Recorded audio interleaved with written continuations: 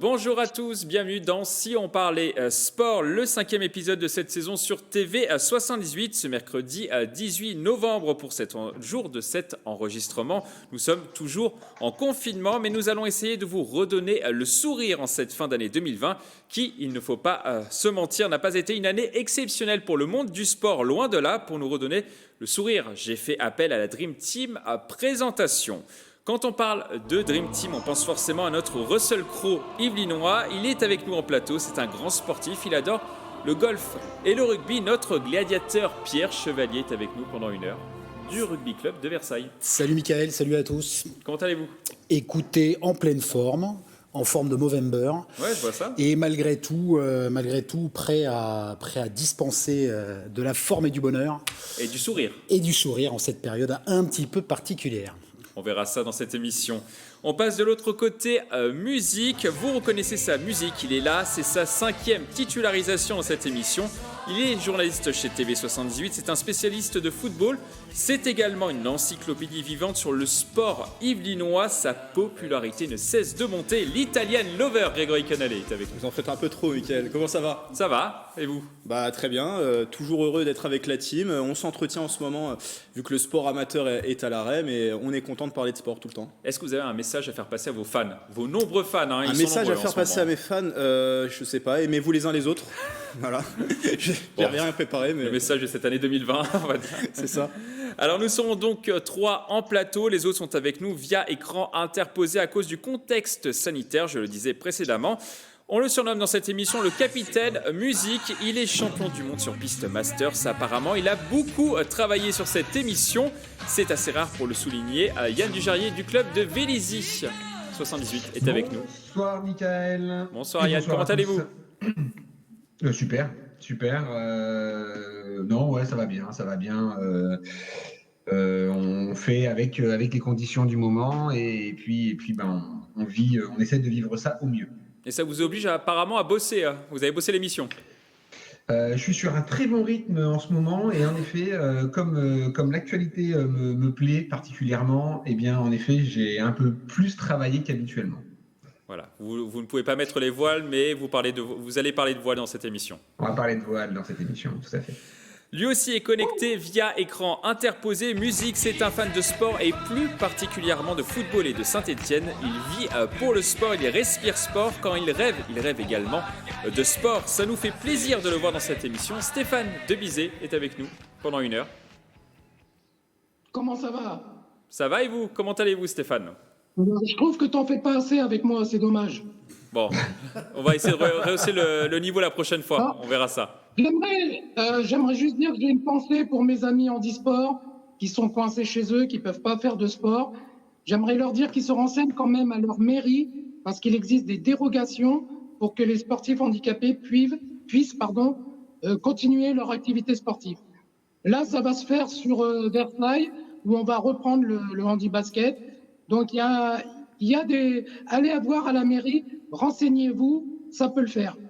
Le message est passé, Stéphane. Merci beaucoup. Enfin, une dernière personne sera avec nous aujourd'hui. Musique, c'est une grande première pour lui dans ce talk et je sais qu'il sera à la hauteur. Il a 34 ans, il joue actuellement à Trappes en tant que basketteur, mais il a joué en professionnel à Monaco, à Roanne ou à Nicosie. Il a voyagé partout en Europe, mais il est là aujourd'hui dans cette émission. Mike est avec nous pendant 1 heure. Bonjour Mickaël. Mike Mokongo, comment allez-vous ? Ça va très bien et vous ? Comment vous sentez-vous pour cette première ? Ça va, tranquille. Ça a l'air d'avoir une bonne ambiance et en tout cas, je suis ravi d'être parmi vous. Ah, vous n'allez pas être déçu en tout cas pour l'ambiance, Mike.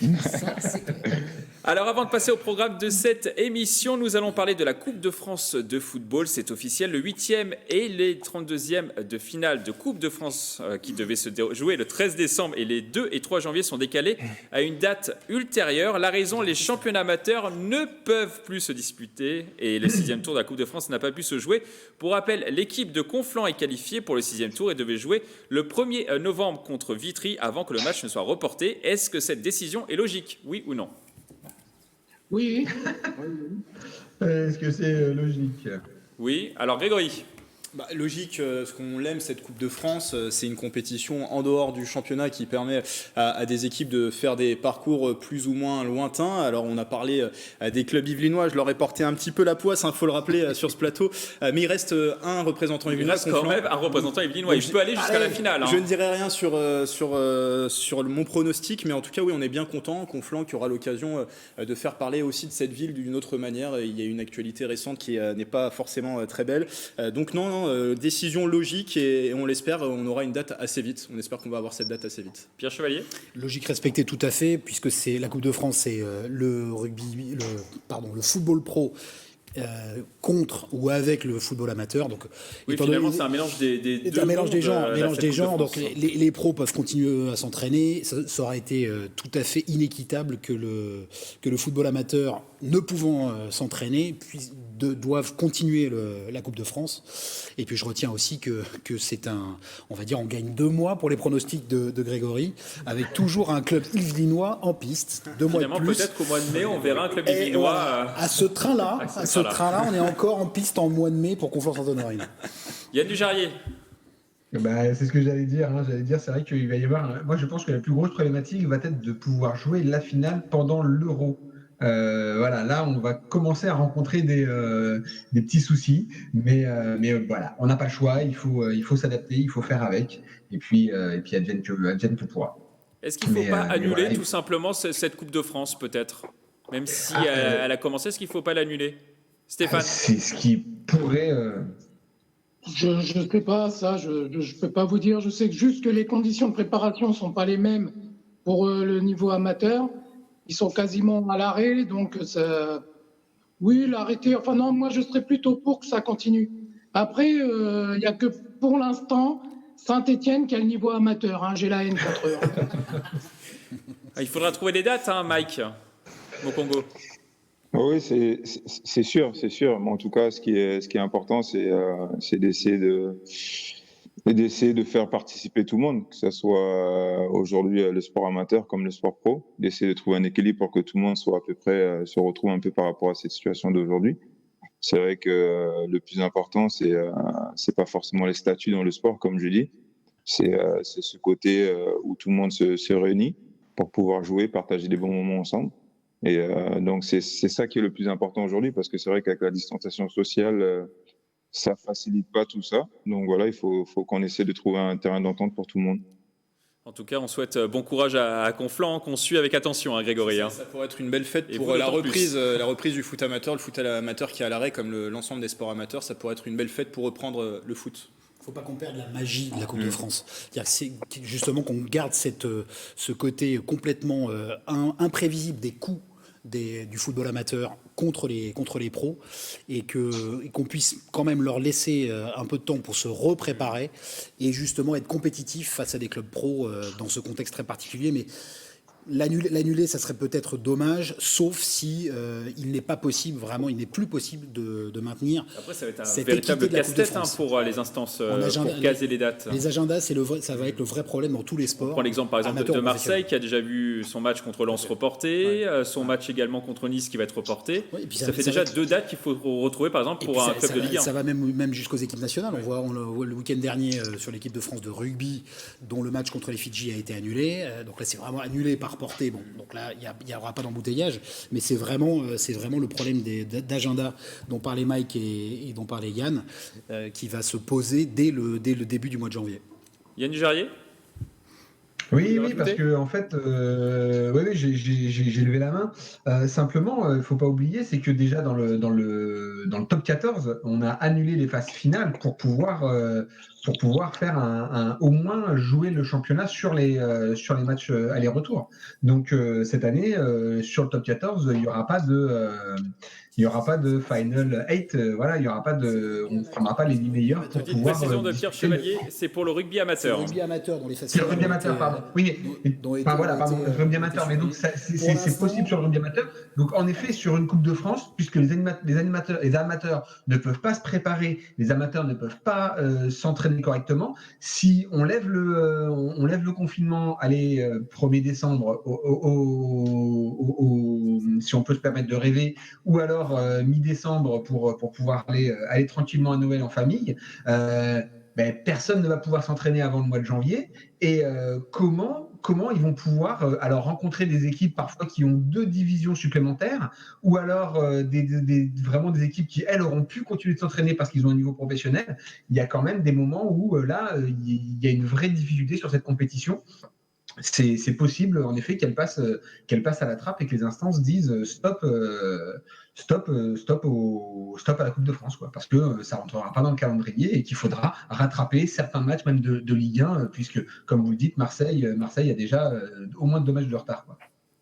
Alors, merci d'avoir réagi autant sur cette thématique. Ce n'était pas forcément prévu. Alors, nous allons maintenant passer au programme de l'émission. Aujourd'hui, nous allons parler du Vendée Globe 2020. Louis Burton, originaire de Rambouillet, fait une belle course pour le moment. Tous les détails dans ce talk, coup de projecteur également sur les JO de 2024 et le match entre Versailles et la Motte-Beuvron pour accueillir l'équitation. Mais avant de développer ces thèmes, on va parler du confinement et des sportifs de haut niveau.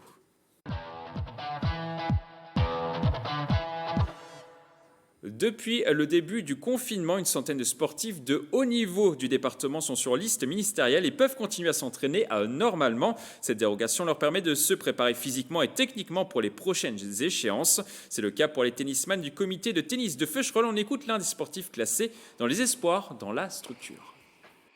Donc en fait, il y a des listes de haut niveau, sportifs jeunes haut niveau. Et je figure dessus en liste espoir. Du coup, j'ai le droit de m'entraîner. Donc je m'entraîne ici la semaine avec des partenaires qui sont pareils sur liste haut niveau, et le week-end je ne peux pas aller dans mon club parce que c'est fermé. C'est vrai que c'est quand même une chance que je puisse m'entraîner aujourd'hui, alors que je sais qu'il y a beaucoup de monde qui aimerait être à ma place. Ici, à Feucherolles, ils sont une dizaine à s'entraîner du matin au soir, un vrai plus par rapport au premier confinement selon les encadrants. Pendant le premier confinement du mois de mars, en fait, les enfants ont continué à faire du travail physique chez eux, mais malgré tout, ils ont quand même beaucoup perdu et on a mis du temps à retrouver un niveau correct. Donc là, l'avantage, c'est que les entraînements se poursuivent, donc il y a moins de pertes. Ces tennisman ne sont pas les seuls à s'entraîner dans les Yvelines. Ils sont des centaines de sportifs à avoir obtenu cette fameuse dérogation dans les catégories espoirs aux élites. On retrouve notamment des athlètes susceptibles de partir aux JO de Tokyo l'été prochain, comme le Versaillais Thomas Barouk, médaillé de bronze en aviron en 2016 à Rio. On l'écoute. Si on n'avait pas pu aller dehors s'entraîner sur l'eau, on aurait quand même pu faire ce qu'on a fait au printemps dernier, continuer le travail physique. Ça permet de maintenir le travail physiologique, mais voilà, dans notre sport, il n'y a pas que de la physiologie, il y a aussi beaucoup de techniques, beaucoup de précision et de sensations, et quand on n'est pas sur l'eau, on ne les a pas. Cette dérogation s'appliquera jusqu'à la fin du confinement, au minimum jusqu'au 1er décembre. La question sur cette thématique, cette mesure est-elle suffisante pour garantir le sport de haut niveau ? Partagé pour Grégory, partagé également pour vous Pierre. Oui, pour vous Yann. Vous êtes comment vous Mike ? Partagé également ? Partagé, bien sûr. Allez, bien je vous sûr, donne la partagé. parole Mike. Qu'est-ce que vous en pensez ? Alors moi, je pense tout d'abord, il est important d'éviter tous les problèmes de classe sociale, parce que pour moi, un sportif reste un sportif, que ce soit un sportif de haut niveau ou un sportif amateur. Le plus important, c'est d'essayer de trouver un terrain d'entente pour tout le monde. Alors au jour d'aujourd'hui, avec ces difficultés de pandémie, on a l'impression que y a des classes qui sont un peu plus privilégiées que d'autres classes. Et ce genre de choses pourrait créer énormément de problèmes dans la société où nous vivons aujourd'hui. Et je pars toujours du principe où on est tous des êtres humains et que notre existence sur la Terre ne dépend pas de la classe sociale. Maintenant, on sait qu'il y a un business qui est autour du sport, qui est réel, parce que c'est vrai que c'est un business.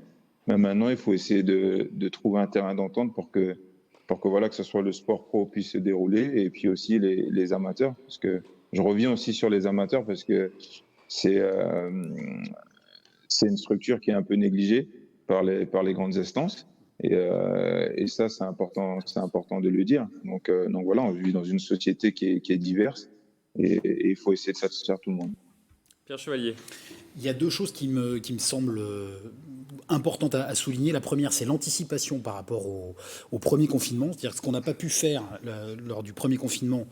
notamment au niveau du sport amateur, a été fait là maintenant lors de ce deuxième, c'est-à-dire de pouvoir anticiper sur le maximum de moyens qu'il y avait pour pouvoir maintenir au moins une activité physique. Notamment au niveau du sport amateur, le rugby que je connais, le football, on vient d'en parler. Et la deuxième chose, c'est il y a comme disait Mike, il y a quand même une différence de traitement entre le sport professionnel et donc là, en l'occurrence, les sportifs de haut niveau, et le sport amateur, peut-être plus loisir, où il va manquer un élément essentiel, et qui manque aussi sur la partie professionnelle, je pense, c'est la compétition. Donc la préparation mentale. Mais ils ne peuvent pas jouer en compétition. Ils ne peuvent pas se mesurer.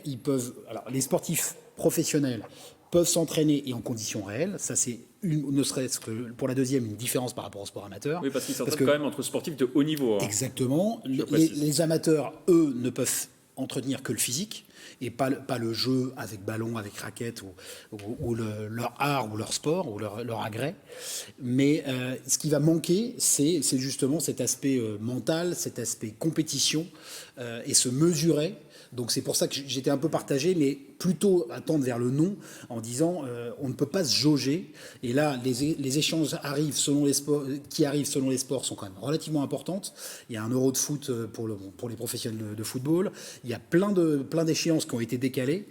Et là, pouvoir se préparer vraiment dans les meilleures conditions, il manquera un peu de sel. Grégory, vous rejoignez justement Pierre Chevalier. Effectivement le même plan que Pierre Chevalier. Ce qui m'a fait dire que j'étais mitigé, c'est effectivement le côté compétition. Il y a effectivement beaucoup d'athlètes qui peuvent continuer le sport de haut niveau, en tout cas l'entraînement, et ça c'est une bonne chose. L'entraîneur de tennis qu'on a entendu le disait, le premier confinement a fait perdre beaucoup d'automatisme à ces sportifs, et du coup on sait que le sport de haut niveau... Ça a pris 2 voire 3 mois pour récupérer justement les automatismes. On sait que dans le sport de haut niveau, tennis notamment, il n'y a pas de hasard, les corps, les techniques sont réglées au millimètre. Si vous vous arrêtez pendant 2 à 3 mois, effectivement, il faut rattraper le retard. Maintenant, le côté compétition, je rejoins tout à fait Pierre sur cet aspect. Ça permet aussi, en plus de se jauger vis-à-vis de l'adversaire, d'accumuler du rythme, parce que le rythme des matchs sur plusieurs sports n'est pas le même que l'on peut avoir lors des entraînements. Donc c'est pour ça que je suis mitigé. Effectivement, bonne chose pour les entraînements, mais le côté compétition qui manque, à mon sens. Stéphane Debizet, vous êtes d'accord avec Grégory, avec Pierre Chevalier ? Oui, c'est un plus, c'est bien. Je vois pour le rugby fauteuil, reprendre les entraînements en gymnase, c'est top. Ça va permettre de retravailler en équipe. Parce que vous avez une dérogation, je le précise. Voilà, oui, parce qu'on a une dérogation. On va pouvoir reprendre nos marques sur des terrains, travailler avec les copains. Mais c'est sûr, ce qui va manquer, ça va être les matchs. Et il y a les Jeux paralympiques qui vont arriver. Est-ce que ça va pas nous mettre un peu en retrait, contrairement à d'autres équipes? Oui, justement, on l'a vu, il y a Thomas Barrault qui doit peut-être partir au JO de Tokyo l'été prochain, s'ils ont lieu. Je tiens à préciser, s'ils ont lieu. Il y a également Victor Lévesque qui, lui, est dans l'équitation, qui doit partir lui aussi. Finalement, si on leur arrête tout, on les tuait, on peut le dire carrément, Yann Jarrier. On les cramait en tout cas pour la compétition. Aujourd'hui, à 8 mois, on est à combien? On est à 8-9 mois des JO. En effet, sans aucun entraînement aujourd'hui, un athlète qui prépare une échéance comme les Jeux Olympiques, s'il ne peut pas s'entraîner pendant 1 mois et demi, il est out pour la compétition, bien sûr. Un athlète de haut niveau, déjà une Olympiade, ça se prépare sur 4 ans. Et le travail de la dernière année, alors cette année, cette fois-ci, bizarrement, ils ont 5 ans. Donc c'est vrai qu'il a fallu s'adapter depuis le confinement, depuis le premier confinement et depuis le report des Jeux, le décalage des Jeux sur une année. Il a fallu modifier les programmes d'entraînement. Et donc, du coup, c'est vrai qu'aujourd'hui, un athlète qui ne pourrait pas s'entraîner normalement pour préparer cette échéance ne serait pas à armes égales par rapport à des athlètes qui, eux, pourraient s'entraîner normalement. Et en effet, on ne rattrape pas 1 mois et demi d'entraînement en l'espace de 6 mois, c'est impossible. Une préparation d'une échéance comme celle-là, c'est 1 an où il faut être focus et ne penser qu'à ça. Mike Moncongo, vous qui étiez sportif de très haut niveau, qu'est-ce que vous en pensez ? Non, je rejoins tout ce que tout le monde a pu dire, parce que c'est vrai qu'un sportif de haut niveau, il a besoin de s'entraîner, ça c'est sûr. de manière régulière, et aussi de compétir, c'est-à-dire de participer aux compétitions, d'exercer d'exercer sa discipline face aux autres équipes. Et c'est quelque chose qui est fondamental parce qu'on se rend bien compte que le rythme, on le perd facilement. Et puis, il y a aussi l'aspect mental qui est très, très important dans le sport. Et ça, ce sont des choses qui sont pas négligeables. Et aujourd'hui, on le voit bien à travers même le football qui se déroule en ce moment. On voit bien que les joueurs, ils sont un petit peu ils sont moins motivés, et aussi l'atmosphère qui est un peu pesante, je trouve, joue aussi dans les têtes, parce qu'on voit que les matchs aujourd'hui sont moins sympas, quoi. Ça se voit, les joueurs sont moins motivés, tout le monde se pose la question. Donc c'est sûr que le sport, il est en train de tout doucement, si on ne trouve pas un terrain d'entente pour que les joueurs puissent s'entraîner et jouer correctement, ça risque d'être compliqué. On peut l'annoncer aujourd'hui, c'est pas sur les JO de Tokyo qu'on verra les meilleures et les plus belles performances sportives. On verra les meilleures performances sportives. Il n'y aura pas de record, il n'y aura pas de. Ce n'est pas possible. Ce n'est pas possible. Restons positifs quand même avec les sportifs de haut niveau qui ont cette chance de pouvoir s'entraîner. On prend pour Thomas Barouk par exemple un exemple entre le premier et le deuxième confinement. J'imagine pendant le premier confinement, il a pu s'entraîner uniquement avec un rameur domestique. Et là, il peut être sur l'eau. Il y a quand même une grosse différence, je pense, de réglage et de pratique de l'aviron sur ce postulat-là. Conditions climatiques, le vent, la pénétration dans l'eau. Donc ça, de toute façon, il ne faut pas leur enlever ça. Ils ont cette possibilité. Mais par contre, niveau physique, il avait gardé toutes ses capacités, Thomas Barouk, par exemple. Il faut garder ça, mais donc il manquera cet aspect mental. Il y a aussi le côté physique qui est important, parce qu'au jour d'aujourd'hui, les joueurs ne pratiquent pas énormément et il y a des risques de blessures. Et ça, c'est des choses qu'il faut prendre en compte. Les répétitions de matchs, et si on joue moins, si on s'entraîne moins, il y a des gros risques de se blesser. Donc au jour d'aujourd'hui, il faut essayer de trouver un rythme qui est stable pour tout le monde. Parce que si tu joues admettons pendant un mois, tu as des compétitions où tu joues beaucoup, et puis après le mois d'après, tu as moins de matchs, où on ne sait pas ce qui se passe, ça risque d'être compliqué aussi. Donc il faut essayer de trouver une stabilité et une forme de durabilité au fait dans les compétitions. C'est super important pour l'athlète. Autre dérogation également qui pourrait arriver dans les prochains jours, ça concernerait les mineurs, les 1er et 17 décembre peut-être. Grégory, c'est bien ça, les mineurs pourraient éventuellement pratiquer leur sport. Et effectivement, c'est ce qu'Emmanuel Macron souhaite en tout cas. Alors un premier point sera fait le 1er décembre au moment, on va dire, du début du déconfinement, même si ce déconfinement reste à confirmer, pour voir si la situation sanitaire le permet, c'est de permettre aux clubs amateurs de reprendre les entraînements uniquement pour les sportifs mineurs. Alors il y a un protocole renforcé qui devra être mis en place. Et on parle même aussi de la mise en place d'un masque dit respirant, un tout nouveau masque qui pourra permettre de pratiquer avec plus de sécurité. Pierre Chevalier, est-ce que vous êtes convaincu par ce masque, éventuellement ? Convaincu. Voyons un petit peu quelles sont les données et les caractéristiques de ce masque.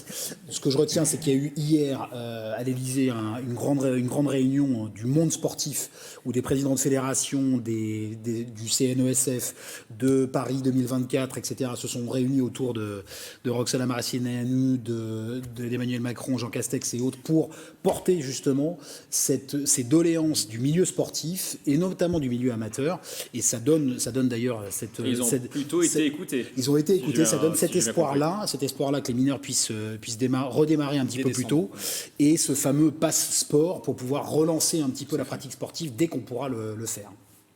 Yann Dujarrier ? Vous savez, moi je suis cycliste et j'ai du mal à comprendre qu'on nous interdise d'aller faire du vélo à plus d'1 kilomètre de chez nous, alors que il suffirait simplement d'interdire les regroupements et donc d'autoriser les mecs à aller faire du vélo et de faire du vélo en solo tout simplement, et à partir de là il n'y aurait pas de risque de contamination puisqu'on serait seul dans la nature, et donc voilà, pas de problématique.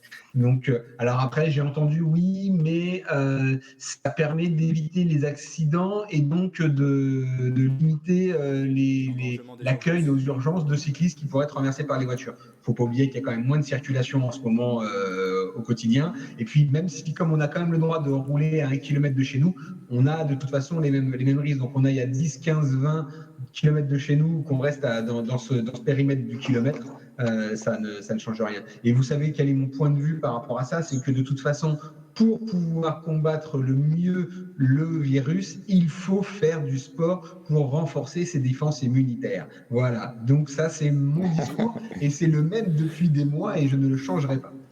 Vous êtes un peu rebelle, hein, Yann Dujarier.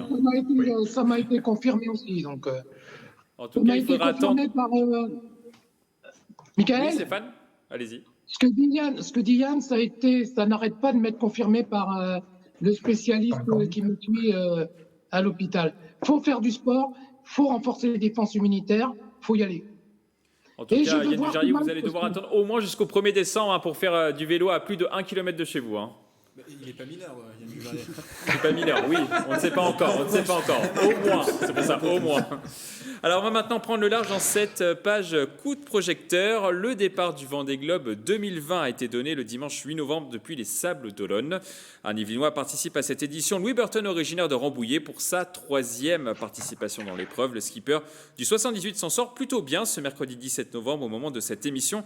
Louis Burton pointe à la 6e place du classement et pourtant tout avait mal commencé. Louis Burton avait réalisé un faux départ. Il a franchi la ligne de 2 secondes trop vite. Comme le règlement l'indique, le jury de la course lui a infligé 5 heures de pénalité. Il avait réagi à travers une vidéo. On regarde.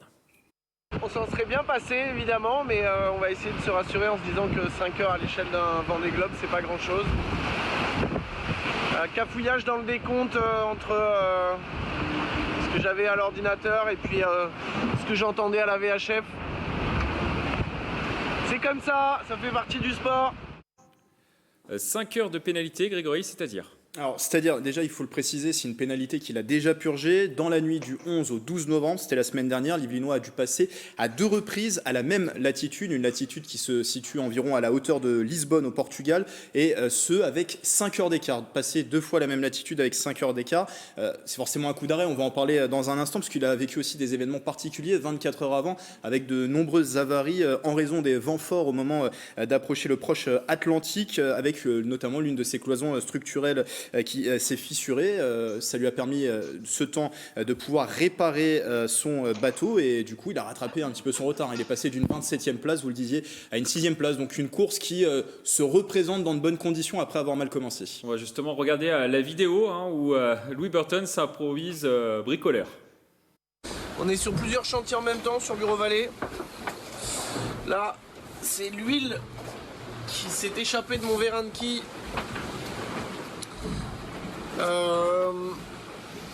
Qui a coulé dans le fond du bateau, qui s'est mélangé avec un peu d'eau qui traînait et que je suis en train de faire décanter. Là, ça borde Bureau Vallée suite au passage du 2e front. Bon, ça, c'est pas trop grave.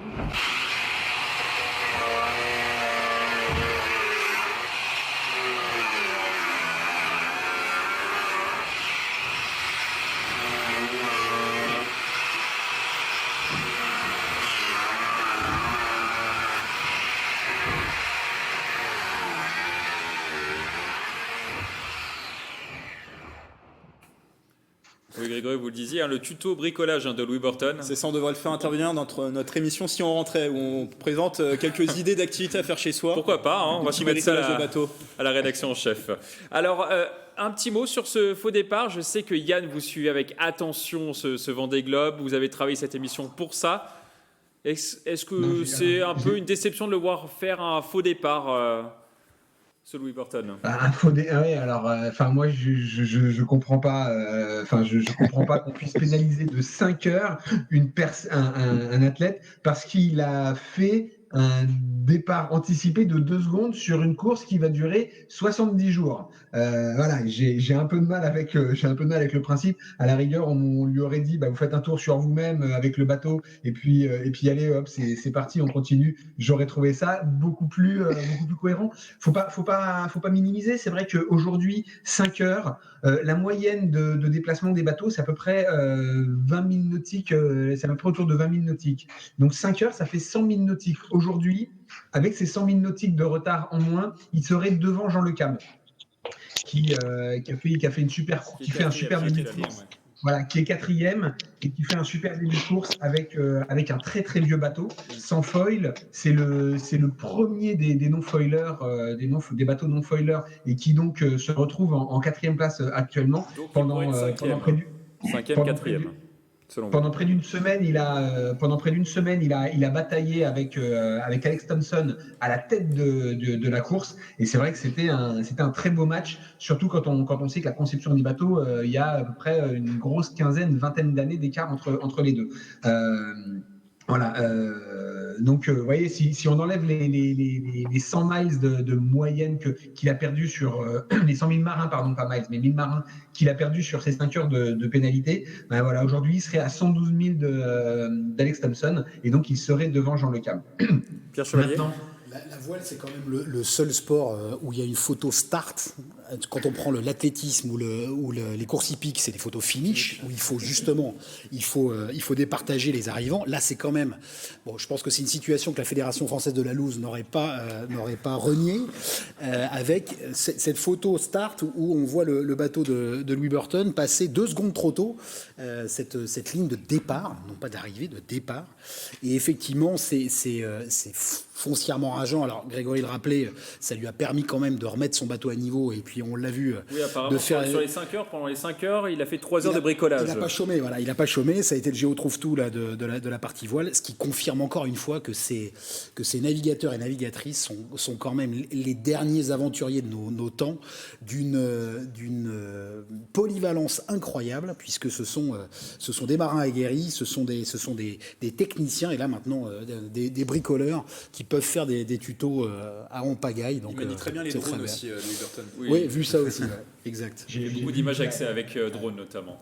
Mike Moncongo, qu'est-ce que vous en pensez? Est-ce que c'est pas un peu une erreur d'expérience peut-être? Pourtant c'est son 3e Vendée Globe, ce faux départ.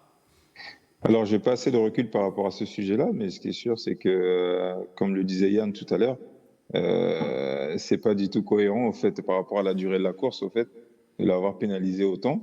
Donc voilà, après c'est vrai que quand je suis bien par rapport à tout témoignage de tout le monde, il n'a pas chômé, il a essayé de s'occuper du mieux possible, mais j'espère que ça lui apprendra pour la prochaine. Donc il faut être multitâche sur ce Vendée Globe, on l'a vu avec le tuto bricolage de Louis Burton. Finalement, sur ce Vendée Globe, il n'y a pas forcément beaucoup de casses, il y a eu seulement un seul abandon. Il y a encore 32 skippers qui sont en course, Grégory. C'est ça, tout à fait. Le seul abandon, c'est Nicolas Troussel, skipper sur Corum-l'Épargne, qui a abandonné suite à un dématage. Il naviguait pourtant avec le bateau le plus récent de cette édition, cette 9e édition. Comme quoi. Yann Dujarrier. Oui, je l'avais noté dans mes notes. Un seul abandon. Et moi, pour rajouter, parce que je suis allé regarder un petit peu ce qui s'était passé sur les éditions précédentes, il faut savoir qu'en général, il y a seulement autour de 50% de bateaux à l'arrivée. C'est une moyenne sur... je crois. On a bossé les mêmes fiches. Pierre Chevalier, mettez bien votre petite On a bossé les mêmes fiches, et effectivement, ça c'est le nombre de marins qui sont retournés au Sable d'Olonne ou en Angleterre, donc on finit la course. Donc effectivement, on est aux alentours de 50% de marins qui terminent la course. Et pour l'instant, mais on est qu'au début. Un seul skipper a abandonné pour l'instant. Oui, mais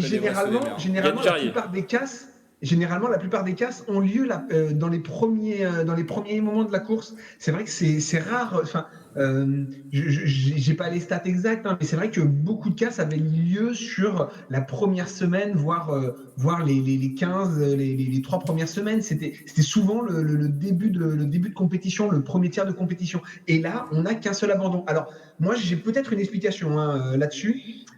Aujourd'hui, si on compare la course de Alex Thompson par rapport à celle d'Armel Lecléac il y a 4 ans, ils ont un jour de retard.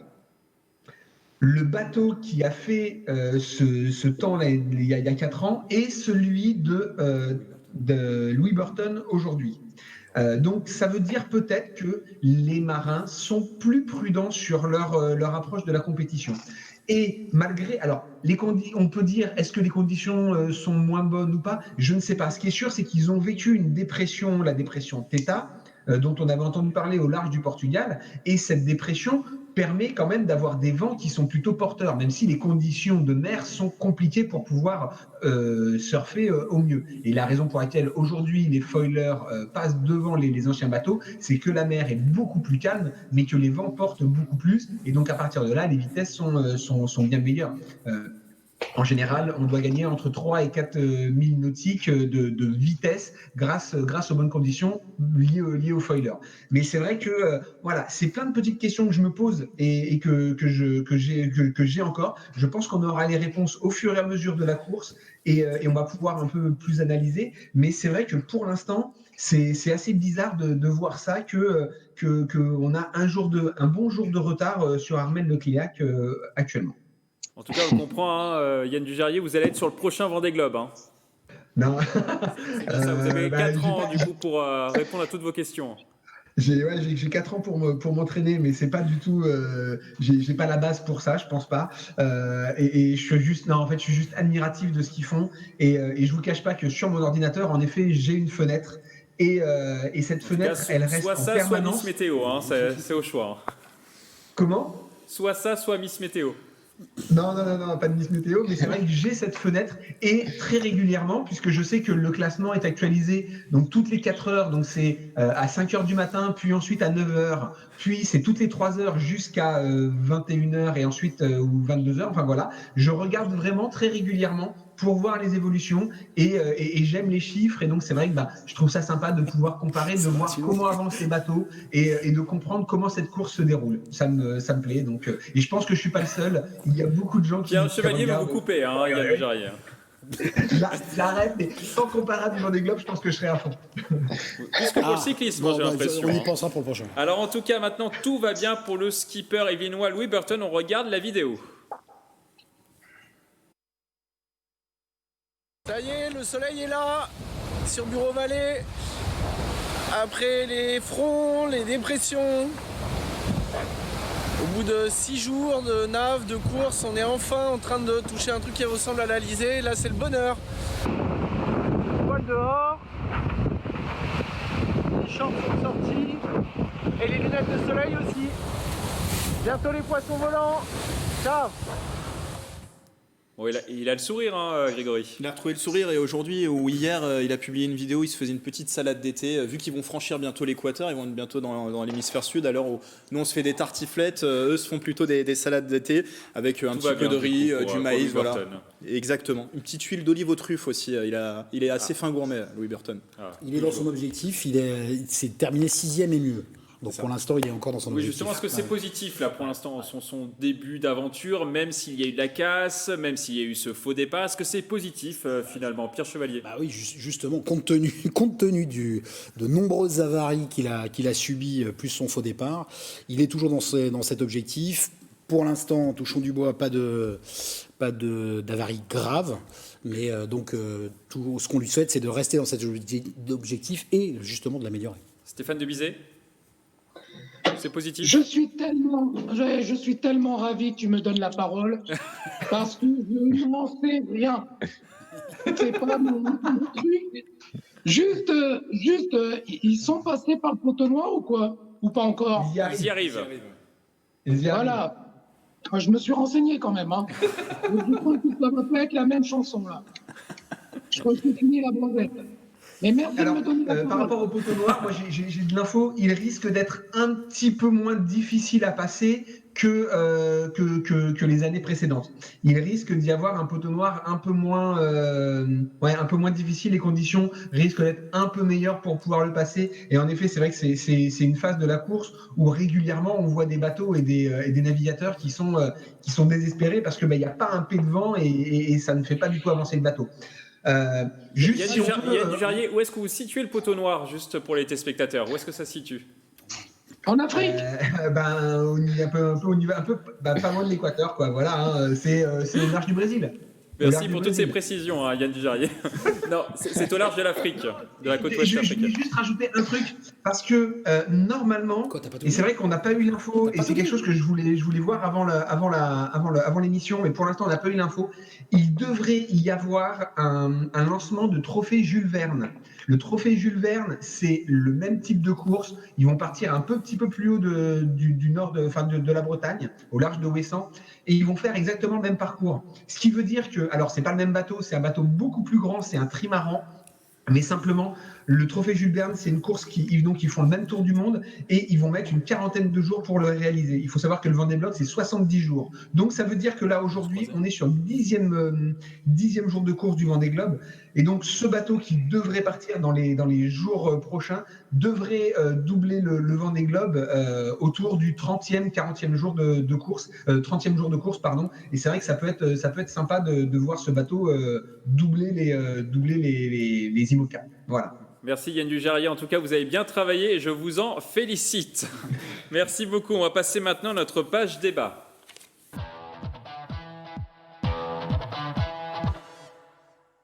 Dans cette page débat, c'est votre rubrique. Grégory, nous l'avons baptisée l'envolée de Grégory. Une fois n'est pas coutume, vous avez choisi de démarrer votre envolée par une image. Oui, regardez ce cliché. Il a été pris le 11 novembre dernier lors d'un match d'Eurocoupe de basket entre Nanterre et Gran Canaria. L'accent espagnol est léché. Une photo assez impressionnante, c'est celle de Victor Wembanyama, 16 ans seulement et 2,19 m déjà pour le jeune pivot lors de la victoire des Français face aux Espagnols. Il n'a joué que 8 minutes, 0 points, 0 rebond et un seul contre. Voici ses statistiques, mais il a tout de même fait le buzz, Victor Wembanyama, avec cette image montrant son envergure exceptionnelle. ESPN parle d'un potentiel extraterrestre, Fox Sports de meilleur prospect du monde de sa classe d'âge. Oui, car le natif du Chennai, qui a débuté d'ailleurs à l'entente Le Chennai-Versailles, attire déjà l'œil outre-Atlantique, lui qui a un profil similaire à Rudy Gobert et qui est considéré comme le plus grand espoir du basket français. Cette année, il effectue sa première vraie saison chez les pros, alternant entre des matchs avec l'équipe A de Nanterre et le centre fédéral en National 1. Début en douceur, donc son coach Pascal Donadieu prévoit d'en faire un joueur majeur du collectif dès l'an prochain. Et on attend déjà avec impatience une année. Et l'année 2023, il aura 19 ans et pourra être drafté en NBA. Et les observateurs prédisent déjà à Victor Wembanyama une première place pour cette draft.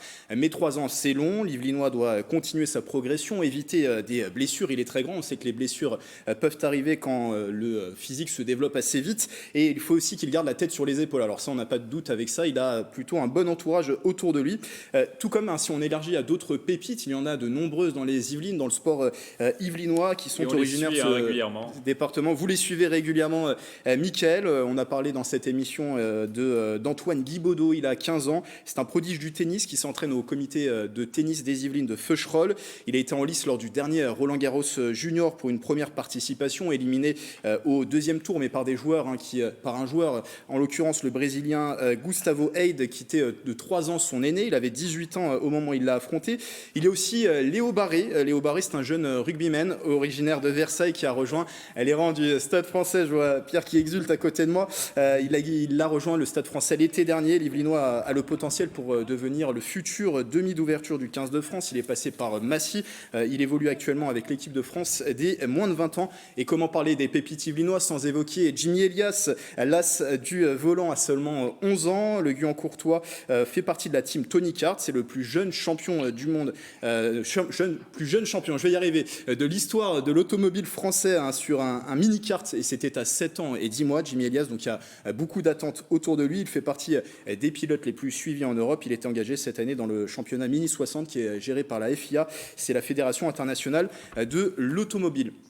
Bref, que des promesses pour ces futurs grands champions sur le papier, mais encore, voilà, on dit, c'est sur le papier, ce n'est qu'un échantillon de ces pépites au niveau yvelinois. Nous relayons ici, Mickaël, leur performance, vous l'avez dit, en tant que média local, nous devons être un miroir de l'actualité locale, de ce qu'il se passe sur le territoire, mais laissons ces pépites, laissons-les travailler tranquillement sans être sous le feu des projecteurs. Des starifications trop précoces peuvent conduire à de cuisants échecs. Les exemples sont nombreux, et notamment dans le sport qui m'anime le plus, c'est le football. De combien de joueurs a-t-on dit qu'ils étaient les futurs Zidane ? Au final, ces espoirs se sont brûlés les ailes trop vite, trop tiraillés par la pression médiatique, peut-être aussi mal entourés. Ils n'ont pas fait forcément les bons choix au bon moment dans leur carrière, et on ne peut être que frustré de voir le parcours de certains joueurs. Citons l'exemple d'Atem Ben Arfa, qui est passé par Versailles, formé dans les Yvelines à Clairefontaine, pétri de talent et dont la carrière n'a pas été à la hauteur des attentes. Et je n'ai qu'un message à passer ici. Quel est votre message, Grégory ? C'est laisser les jeunes travailler en paix. Est-ce que vous êtes d'accord avec Grégory? Oui ou non? Oui, tout le monde est d'accord avec Grégory. Vous, non, Yann? Vous êtes d'accord avec Grégory? Oui, vous êtes d'accord. Mike Mokongo, vous êtes d'accord avec Grégory? Il faut laisser ces jeunes travailler en paix. Oui, bien sûr, bien sûr. Faut les laisser travailler en paix. Et il y a un facteur qui est important, c'est d'abord l'entourage, la famille. Et en plus, moi, je pars toujours du principe où il y a des étapes qu'il faut pas griller. Au jour d'aujourd'hui, pour eux, ce qui est important, c'est de se développer, c'est se perfectionner, c'est apprendre leur métier et essayer de progresser et ensuite, petit à petit, graver les échelons. Mais c'est sûr qu'il ne faut pas leur mettre trop de rêves dans leur tête parce que au jour d'aujourd'hui, avec les réseaux sociaux, avec tout ce qui se passe autour du sport et autour de l'argent, j'ai l'impression que les jeunes d'aujourd'hui, ils ont tendance à être moins patients. Ils ont envie d'arriver très, très, très vite. Donc, d'où l'entourage familial qui est primordial pour eux. Et puis après, s'ils travaillent sérieusement, bien sûr qu'ils seront forcément recrutés par les meilleurs. Victor Wembanyama, c'est un joueur que vous connaissez, j'imagine, Mike Mokongo? Alors, personnellement, je ne connais pas. Je sais que Rudy Gobert, qui était sur Paris là récemment, s'est entraîné un peu avec lui. Et, il m'en a touché des mots aussi par rapport à ça. Mais c'est vrai qu'au jour d'aujourd'hui, quand on voit sa taille, ce genre de joueur est vachement recherché dans le basket tout court. Mais la NBA, c'est sûr que ce genre de potentiel-là les intéresse forcément parce que la NBA, c'est un basket qui joue grand. Au jour d'aujourd'hui, il faut savoir, comparé à avant, le basketball, les joueurs sont beaucoup plus grands. Et forcément, il va attirer l'œil. Et de par ses envergures aussi. Maintenant, ce qui est sûr pour lui, c'est que voilà, il doit continuer à travailler. Mais c'est sûr que la porte d'NBA, elle lui est ouverte. Hein, ça, c'est sûr. C'est pas comme des joueurs qui font 1m80 ou 1m90 où accéder à la NBA, c'est beaucoup plus difficile. Mais ce genre de joueurs-là, ils ont vachement le potentiel pour pouvoir y arriver rapidement. Il est sûr d'y être en NBA dans 3 ans? Honnêtement, s'il n'est pas blessé et s'il continue à progresser, c'est sûr qu'il va y être. Après, on connaît des joueurs, hein, des basketteurs comme Johan Petro, que je connais très bien, Jérôme Moïseau à l'époque, qui font aussi à peu près 2m16, 2m18, hein, qui ont été en NBA et qui n'ont pas pu faire carrière aussi, parce qu'après, ils n'étaient pas sérieux. Après, il faut atterrir sur la bonne équipe. Donc, il y a tous ces facteurs-là. Le but, c'est, je dis toujours, peu importe ce qu'on fait, c'est de durer et de faire carrière. Donc le but, c'est pas simplement qu'ils arrivent en NBA et que 2 ans après ils se retrouvent en Europe, parce qu'on a eu énormément d'exemples comme ça. Et récemment, on a Kevin Séraphin qui a été drafté aussi, qui est parti en NBA, qui a pas pu faire carrière, qui est revenu en Europe après a eu des problèmes de blessure. Et au jour d'aujourd'hui, il a dû prendre sa retraite à seulement 28 ans. Donc voilà, un gâchis. Donc il faut bien préparer ces gamins-là. Il faut que les entraîneurs puissent bien travailler avec eux. Et il faut que les parents puissent jouer aussi leur rôle et que les agents les laissent tranquilles aussi. C'est super important. Grégory Canale. 2 précisions juste pour dire qu'il n'a pas forcément fini de grandir, hein, Victor Wembanyama, parce qu'il a 16 ans et il fait 2m19, il peut encore grandir, sa croissance n'est pas terminée. Et deuxième chose, je parlais de l'année 2023 pour une potentielle draft en NBA, puisque le règlement aujourd'hui dit que les clubs ne peuvent pas vous drafter à 19 ans, enfin c'est l'âge minimum, c'est 19 ans. Ils sont en train de discuter par rapport aux universités notamment. Effectivement, ils sont en train de discuter en NBA d'abaisser cet âge à 18 ans, donc on pourrait avoir une draft pour Victor dès l'année 2022. Donc dans 2 ans. Yann Dujarrier, je vous donne la parole ensuite, Pierre. Yann Dujarrier. Vas-y Stéphane, Stéphane, Merci. allez-y. Oui, dans le cas de Victor, je connais bien son père. Je sais que déjà l'an passé, il aurait pu aller, je crois, du côté de Barcelone. Mais il est très, très, très bien entouré par sa famille qui ont décidé de le laisser évoluer step by step de façon à ce qu'il puisse arriver, de le laisser tranquille. Il est dans son cocon. Il n'est pas, parce qu'il y a les requins américains qui arrivent, qui commencent à l'entourer, mais il est très bien entouré par son père. Et il faut dire aussi que pour la draft 2022, il y en a quand même 2 qui sont devant lui, donc c'est pas encore gagné. Il faut qu'il travaille. Et la force majeure de Victor, c'est qu'il est, malgré sa taille, il est aussi adroit à 3 points que intérieur raquette. Et il a fait un premier match il n'y a pas longtemps avec la Nationale 1 de Nanterre et il a carrément écœuré les attaquants adverses. Il leur a carrément marché dessus. Donc il progresse, il travaille bien. On a confiance pour l'avenir, mais ce n'est pas encore gagné pour la draft. Stéphane de Bizet, vous dites qu'il est bien protégé, qu'il est dans un cocon, on peut le dire, mais ça n'empêche pas quand même les médias de s'y intéresser et la pression sera forcément de plus en plus élevée pour un jeune gamin. L'équipe lui a consacré un portrait il y a 2 jours. Exactement. Voilà. L'équipe en a Déjà, parlé il y a 2 jours. depuis l'an dernier, déjà, les Américains commencent à l'entourer, on va dire. Ça commence à arriver. Mais il est très, très, très bien entouré et je pense que ça va l'aider. Yann Dujarier. Oui, moi je voulais juste, parce que quand je vois les photos, moi je connais pas du tout le garçon. Et quand je vois les photos, il y a une photo où on voit il y a 3 garçons de la même équipe, dont lui, et je vois une grosse différence de musculature. C'est-à-dire qu'en effet, il est très très grand, mais il est très longiligne. Et donc, moi, je m'entourerais surtout de médecins, de kinés pour pouvoir et de nutritionnistes pour ne pas faire d'erreur, parce que en NBA, il y a une chose qui est sûre, c'est que et puis de toute façon en basket en général, c'est quand même un sport qui est devenu très très très physique. Et en effet, si demain il a une blessure, il se fait les croisés ou un truc comme ça, il peut dire adieu à sa carrière. On ne se remet pas d'une blessure telle que les croisés aussi facilement. Donc voilà, moi vraiment, si j'avais un enfant avec ces qualités-là, je ferais attention à la nutrition, je ferais attention à beaucoup d'éléments qui seraient simplement basés sur la santé. Oui, bien sûr que le travail qui doit être fait par les clubs pour lui apprendre à shooter, pour lui faire gagner d'expérience, il est important. Mais s'il se blesse, s'il se met en croix, eh bien, on ne pourra rien en tirer derrière. Donc, faisons la base avant d'aller trop vite. Voilà. Pierre Chevalier. Dans la liste de Grégory, et surtout sur son slogan de laisser les jeunes travailler, ce qui est étonnant de noter, c'est que la plupart des cas où les jeunes se sont brûlés les ailes, c'était plutôt du football. Et tous les autres sports, on peut être un petit peu plus optimiste, parce que peut-être les enjeux sont moins forts, les enjeux financiers sont moins forts. Peut-être aussi que les entourages sont plus matures, les familles sont beaucoup plus présentes. Donc là, tout le monde l'a rappelé, notamment pour ce jeune basketteur. Pour le connaître, je sais aussi que Léo Barret, côté Stade français, équipe de France de rugby, est très bien entouré, très bien conseillé, justement, et qu'on prend le temps de façonner ces diamants bruts. Donc je serais plus optimiste sur la partie basket, sur le rugby, sur le tennis, par exemple, aussi avec Antoine Guibaudot, en mettant un petit peu le football à part, parce que là, c'est tout de suite, très rapide. Je me souviens aussi de ce qui avait été fait peut-être plus en amont, notamment à l'époque du Havre et d'Anthony Le Tallec et de Florentine Amapongol, avec Gérard Rouillet de Liverpool qui vient pas les drafter, mais les superviser de Liverpool, et qui vient justement mettre entre guillemets la main sur leur avenir. Mais c'est prendre le temps justement qu'ils maturent, qu'ils soient bien formés physiquement. Yann le rappelait, c'est hyper important de favoriser la croissance, de pouvoir aussi s'adjoindre les services de kiné, de préparateurs physiques pour justement bien maturer au niveau physique.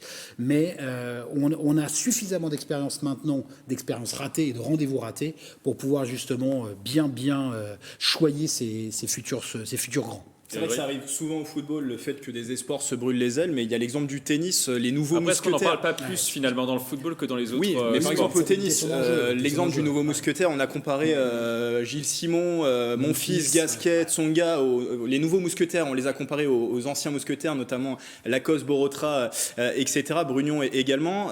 Donc ça existe aussi dans d'autres sports, le fait qu'on mette trop vite sur le devant de la scène des jeunes espoirs, mais on les met parce qu'ils ont des qualités, certes. Est-ce que c'est pas marketing aussi de le faire, finalement? Ce qui peut être rassurant aussi, c'est qu'on a des bonnes écoles. On a des bonnes écoles de formation dans tous les sports. Déjà. Et ouais, juste un truc, des Tsonga, des Monfils, et ils ont fait des belles carrières non plus, et puis qui sont même pas terminées. Faut pas déconner, oui, bien sûr qu'ils gagnent pas de tournoi du Grand Chelem, mais ils gagnent des compétitions à ATP à très haut niveau. On n'est pas obligé, comment on s'appelle, des tennisman qui gagnent des tournois du Grand Chelem sur les 15 dernières années, il y en a pas beaucoup. Quand on voit que Nadal, il en a pris 13 à Roland-Garros ou 12, je sais plus, j'arrive plus à compter. Mais voilà, il y a un moment où des mecs qui sont capables de gagner le tournoi du Grand Chelem, ça se compte sur les doigts de deux mains, quoi. Donc, oui, on n'a pas de Français, mais ils gagnent et ils arrivent à rentrer dans les 10 meilleurs mondiaux à une période de leur carrière. C'est pas rien quand même. Donc, Mike pour moi, Moncongo, oui, on va terminer cette émission peut-être par un message pour... Michael, Michael, Oui, Stéphane? pour moi, le plus bel exemple de footballeur qui a été starisé trop tôt, pour moi, c'est Christian Gourcuff. Gourcuff. Johan. Christian Gourcuff, c'est son père et l'entraîneur. Non, Johan Gourcuff, ouais. Johan Gourcuff, pour moi, c'est le plus bel exemple. Qui s'est complètement perdu. Hein, Mais c'est le football, de toute façon, on en revient à ça, c'est le football. Le football, c'est pas le même monde. Moi, on pourrait prendre l'exemple dans le cyclisme, l'exemple d'une pépite que l'on a et qui va continuer de fleurir avec Mathilde de Gros, voilà, qui vient de nulle part. Et aujourd'hui, on la façonne tranquillement et on prend le temps. On prend du cyclisme sur piste et on la façonne tranquillement. On prend le temps. Et oui, peut-être qu'elle sera championne olympique en 2024, mais c'est pas grave parce que les enjeux sont pas les mêmes. Le football, oui, il faut aller vite. Mais non, c'est pas comme ça qu'un sportif ça se construit. Un sportif ça se construit sur la durée. Et Mike, tu nous l'as dit, bien sûr que c'est important de durer, bien sûr. Grosse Et différence, d'avoir la chance différence entre à nos jeunes. le sport individuel et le sport collectif. Sport individuel, on reprend l'exemple du tennis, on attend depuis 83 qu'un Français gagne à nouveau Roland Garros après Yannick Noah. Et dans les sports collectifs phares, on est 2 fois champion du monde au football, on espère l'être en 2023 au rugby, donc c'est pas les mêmes conditions de maturation. Dernier mot avec vous, Mike Moncongo. Qu'est-ce qu'on peut lui souhaiter à Victor Wembanyama? Ça sera le dernier mot sur cette émission. On va lui souhaiter d'abord la santé, c'est la chose la plus importante, et de continuer à travailler les fondations. C'est tout ce qu'on a évoqué aujourd'hui. Et puis lui espérer la NBA et surtout de durer. Et d'avoir la même carrière que Tony Parker, voilà. Et alors le bémol par rapport à ça, justement. Pas tous en même temps. Merci, c'est déjà la fin de cette émission. On va terminer comme d'habitude par une citation. Aujourd'hui, je vous propose une citation du français Pierre de Coubertin, rénovateur des Jeux Olympiques de l'ère moderne. Le sport va chercher la peur pour la dominer, la fatigue pour en triompher, la difficulté pour la vaincre. Je vous laisse méditer sur cette phrase. À bientôt sur TV 78.